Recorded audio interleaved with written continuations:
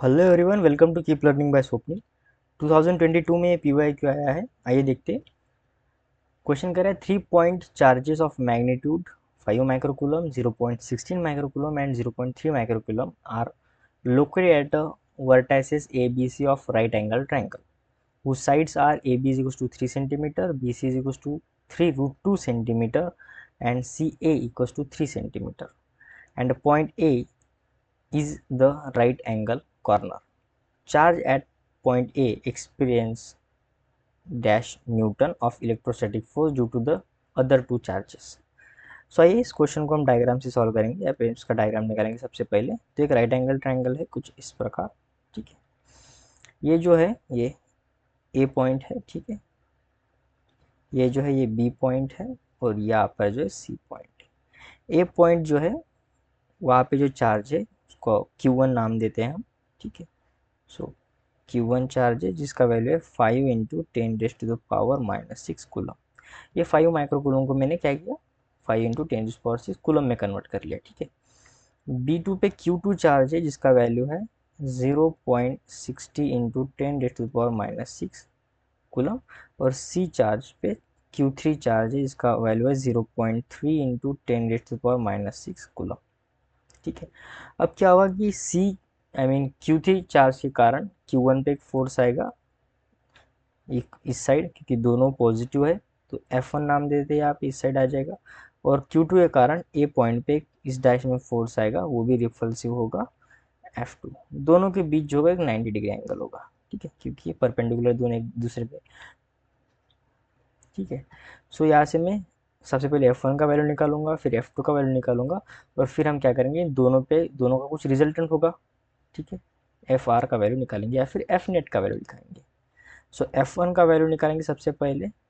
So F1 is equal to आ जाएगा के Q1 Q3 upon are square.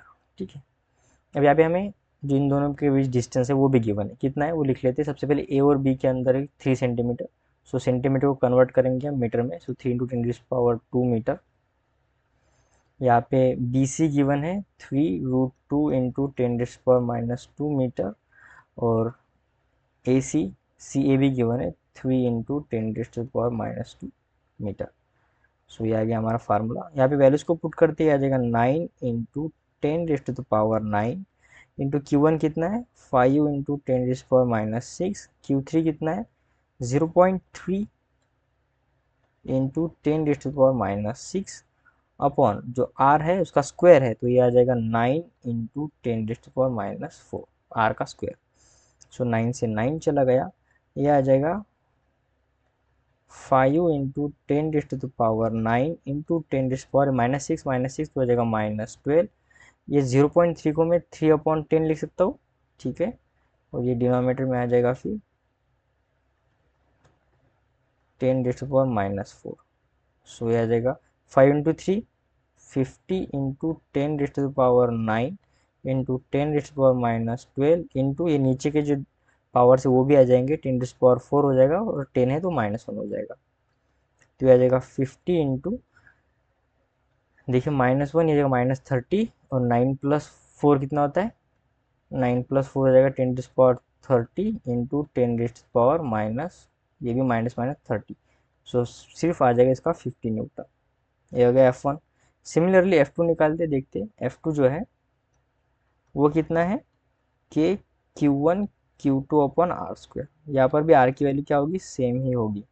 So 9 × 10⁻⁹ into 5 × 10⁻⁶ into 0.16 into 10⁻⁶ upon 9 × 10⁻⁴।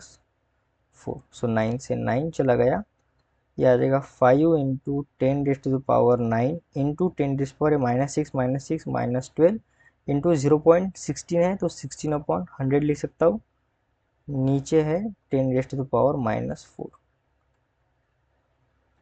तो 16 × 5 ये आ जाएगा 80 इंटू 10⁻⁹ इंटू 10⁻⁻12 इंटू ये 10⁻⁻4 भी ऊपर चला जाएगा, और 100 है तो 100 को मैं 10⁻² लिखूंगा, ऊपर जाएगा तो -2 हो जाएगा।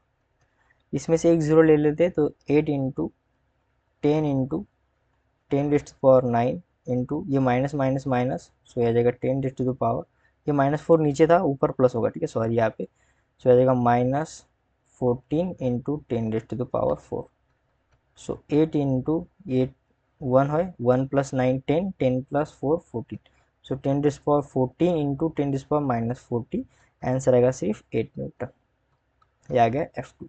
अब जो F रिजल्टेंट है वो कितना आएगा, F1² plus F2² under root में, क्योंकि दोनों के बीच 90 डिग्री है, cos 90 जीरो हो जाएगा, यहाँ पे लिखने की ज़रूरत है भी नहीं, इले फिर लिख लेते 2 times F1 F2 cos 90 degree.